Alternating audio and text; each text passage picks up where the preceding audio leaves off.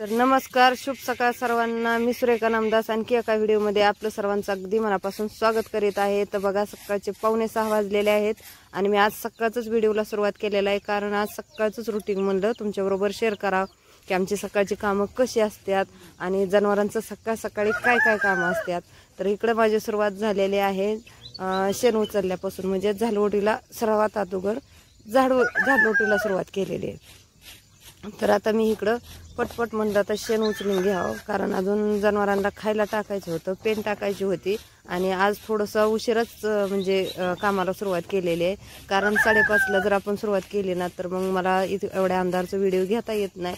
त्याच्यामुळे म्हणलं चला आज तुमच्याबरोबर व्हिडिओ पण शेअर करायचा होता, तर म्हणलं थोडंसं उजडल्यावरती सुरुवात करावी। तर इकडं चालू आहे आपलं शेण उचलायचं, कारण आमच्याकडं असं म्हणतात बरं का की पूर्वीची माणसं की सकाळचं जोपर्यंत झाडलोट होत नाही तोपर्यंत चांगलं वाटत नाही, कारण लक्ष्मी दारात ही करत असते, म्हणजे सकाळचं उतरत असते। तर झाडलोट असली तर स्वच्छता असेल तर लक्ष्मी थांबते। तर त्यानंतर बघा झाडलं म्हणजे शेण भरून घेतलं आणि गायांना खायला टाकायला सुरुवात केली। तर इकडं सर्व गायांना खायला टाकून घेतलं, एक कॅरेट सर्व गायांना टाकलं। तर त्यानंतर मग इकडं मी पेंड घेतली, कारण सगळ्या गायींना पेंड टाकायचे राहिले होते। तर म्हणलं अगोदर पेंड टाकून घ्यावी। तर वैरण टाकली म्हणजेच कुट्टी टाकली की त्याच्यावरती आम्ही लगेच साधारणतः 2 ते 2.5 किलोचा कुंडा येतो माझ्या हातातला।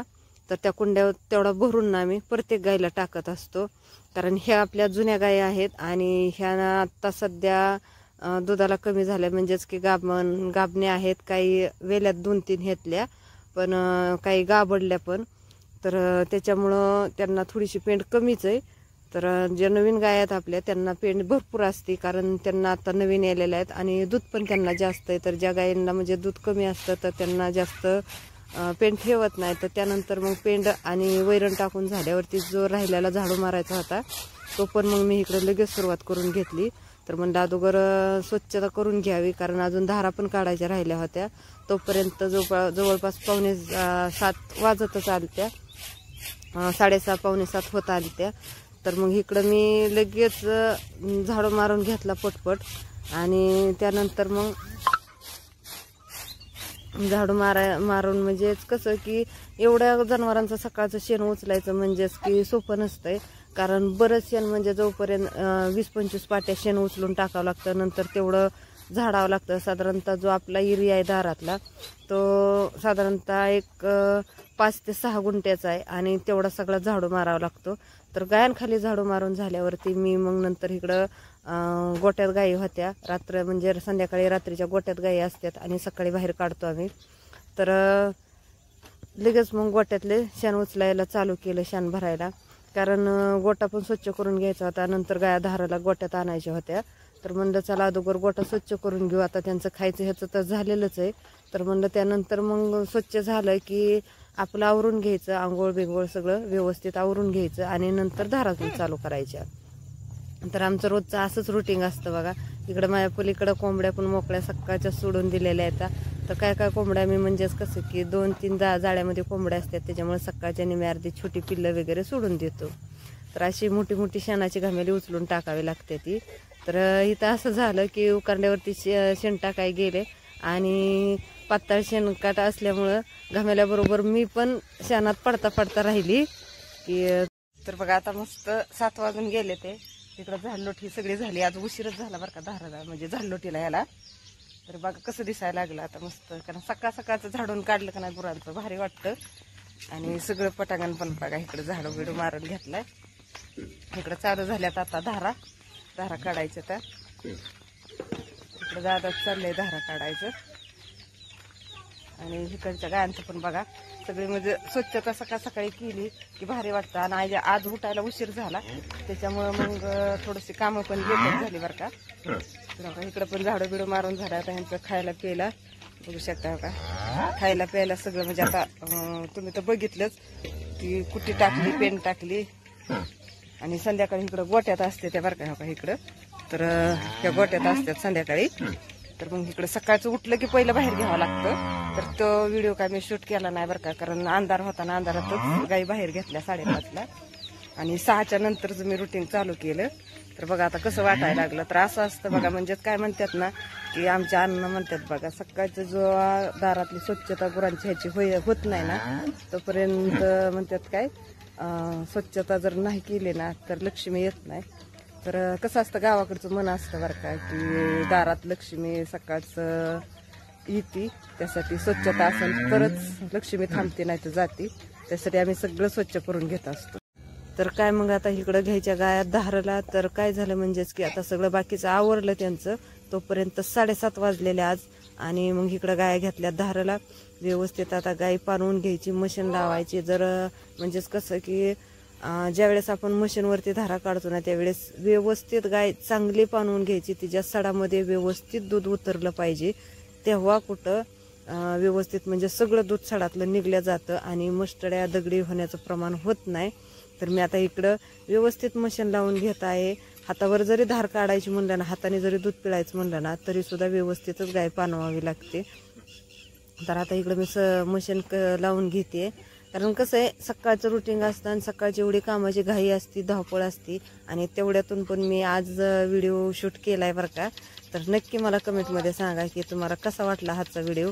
कारण कसं असते सकाळचं तुम्हाला तर माहितीच आहे, ज्यांना जनावरं आहेत, जे शेतकरी आहेत, ज्यांना जर्शांची आवड आहे त्यांनाच माहिती आहे बघा जर्शांची सकाळी संध्याकाळी कशी कामं असतात ती. आणि आम्हाला तर म्हणजेच कसं की काहीच वाटत नाही बरं का ह्या गोष्टींचं, कारण सवय लागून गेली ह्या कामाची आणि खूप भारी वाटतं. तर आता मशीन काढून घेतल्यावरती बघा व्यवस्थित असं सडातलं म्हणजे राहिलेलं जे दूध आहे ती सगळं काढून घेतलं मी. त्यानंतर व्यवस्थित कास धुवून घेतली. आणि आता अजून बऱ्याचशा गायी राहिल्या होत्या धारा काढायच्या. तर म्हणलं चला आता अगोदर पटपट सगळ्या गायांच्या धारा काढून घ्यायच्या. तर इकडं आमचा बली पण म्हणजे बघा आता 8:30 वाजले ते आणि 1 तासामध्ये जवळजवळ सर्व गायींच्या धारा काढून घेतल्या. कारण आपल्याकडे डबल मशीन आहे आणि डबल मशीनमुळे ना लवकर धारा उरकतात काढायला. तर अर्धा ते पाऊण तासामध्ये सर्व गायींच्या धारा काढून झाल्या बघा. आणि त्यांना खायला पण टाकून घेतलं, पण तो काय व्हिडिओ शूट केला नाही बरं का, कारण एवढी घाई झाली ना आज.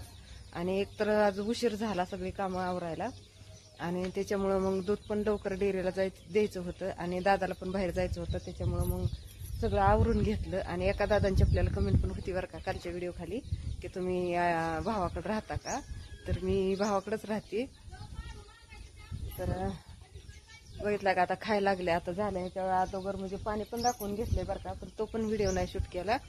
तर आता म्हणजे आता खाल्लं एवढं की पाणी बिणे दाखवून घ्यायचं आणि त्यानंतरच सावलीला घ्यायच्या. आता 9 वाजेपर्यंत एक अर्ध्या तासामध्ये सावलीला घ्यायच्या.